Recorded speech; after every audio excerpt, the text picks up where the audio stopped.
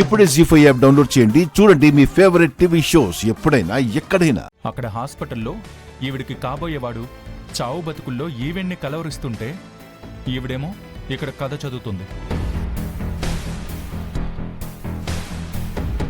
ఇప్పుడేం చేద్దాం? ఐడియా ఏంటది?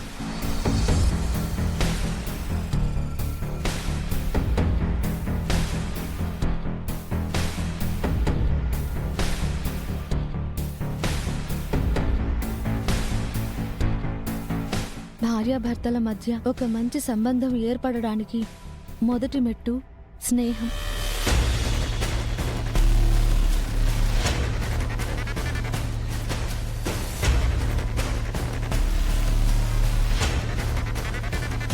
కరెంటు పోయినట్టుంది, వెళ్ళి క్యాండిల్ తీసుకురా. సరే నాన్న.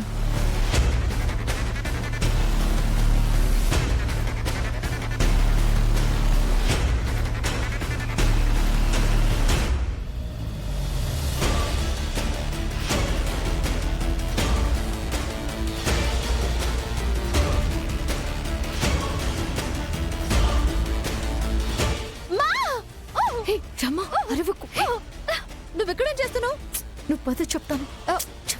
ముందు రా. అయ్యో ఆద్య, శ్రీను రా. ఆద్య ఎక్కడికి అంటున్నాను కదా. ఆద్య, అయ్యో ఆద్య. ఏంటి? శౌర్య వాళ్ళ నాన్న కాల్ చేశారు. ఎందుకు చేశారు? శౌర్య సార్ సిచ్యువేషన్ క్రిటికల్ గా ఉందంట, స్పృహలో లేరంట, రామా అని నిన్నే కలవరిస్తున్నారంట.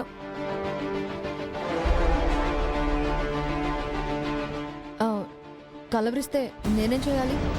నేనేమైనా అడిగానా కలవరించమని? అది కాదు రామా, ఆ కలవరిస్తున్న అమ్మాయి ఎవరో పిలిపించండి, తను స్పృహలోకి వచ్చే ఛాన్స్ ఉండొచ్చు అని డాక్టర్ గారు చెప్పారంట. డాక్టర్ అలా ఎందుకు చెప్తారు? తనకి వైద్యం చేత కాక అలా చెప్పాడేమో. నేను రాను, నేను వెళ్తాను. రామా, నువ్వు కాస్త వచ్చి పలకరిస్తే తన ప్రాణాలకి ప్రమాదం తప్పుతుంది. ఆద్య, నేను రానని చెప్తున్నాను కదా, నేను వెళ్తాను. రామా, ఆద్య చెప్తే వినవేంటి? శౌర్య సార్కి సీరియస్ గా ఉందంట, అర్థం చేసుకోవేంటి? తనకి సీరియస్ గా ఉంటే నాకేంటి సంబంధం? నాకేం సంబంధం అని హాస్పిటల్కి వెళ్ళి బ్లడ్ ఇచ్చావా? మరెందుకు బ్లడ్ ఇచ్చావు?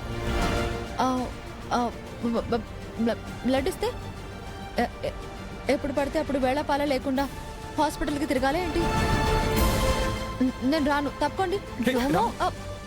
చెప్తుంటే అర్థం కావడం లేదా? ప్లీజ్ బావా, వదులు బావా. ఎక్కువ చెప్తాను, ఎక్కువ రామా. పోనీ